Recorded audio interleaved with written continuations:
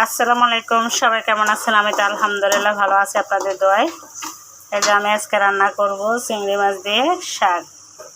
এখানে আমি ডাঁটার শাক আর লাল শাকটা নিলাম। এখন 5-6 বার ধুয়ে নিচ্ছি। আসলে শাক খেতে ভালো লাগে, কিন্তু ধুতে অনেক কষ্ট লাগে, কারণ শাকে অনেক বালি থাকে তো। বারবার পানি চেঞ্জ করে ধুয়ে নিচ্ছি।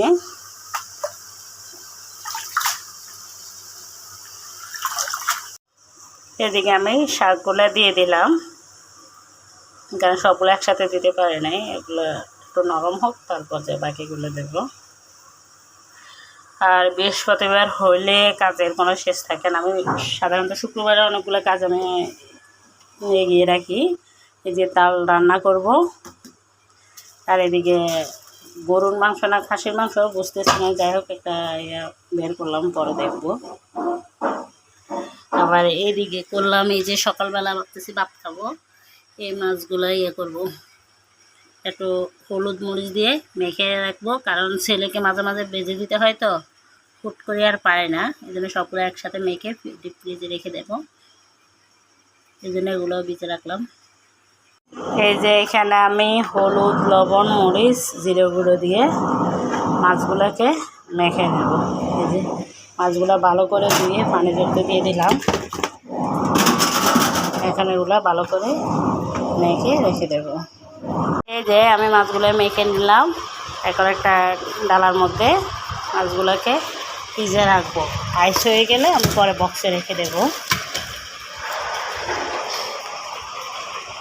যখন পড়বে একটা বের করে তাকে বেজে দিতে পারবো।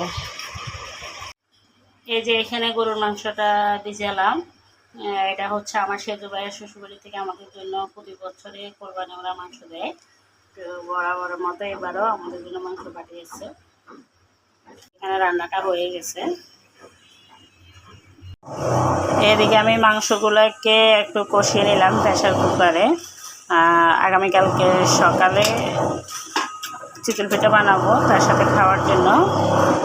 আর এদিকে তালগুলোকে একটু চিনি দিয়ে শুধু জাল করে নিলাম, এখনও দুধ নারিকেল কিছু দেওয়া হয় নাই। আসলে এগুলা কিছু দেখাতে পারি নাই, কারণ সব দিক নিয়ে আর পারতেছে না।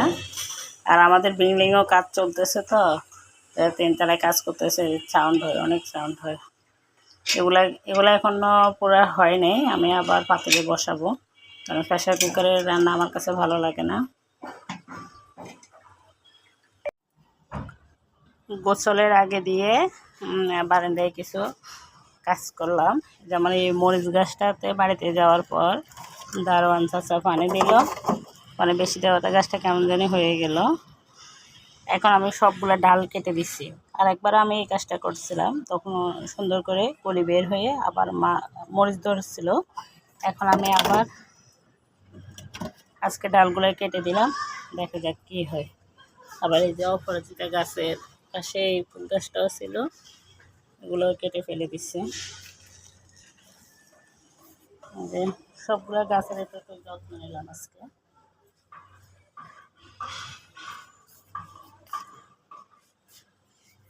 এই যে এদিকে একটু চা বসিয়ে দিলাম, কাজের পাকে পাকে একটু চা খেতে হয়। আর এদিকে আমি ভাতের চালটা ধুয়ে দিচ্ছি। আবার ছেলেকেও পড়াতে বসালাম, মাঝে মাঝে গিয়ে ওকে দেখে আসি। তো আল্লাহ হাফেজ, সবাই ভালো থাকবেন। আসসালামু আলাইকুম, আল্লাহ হাফেজ।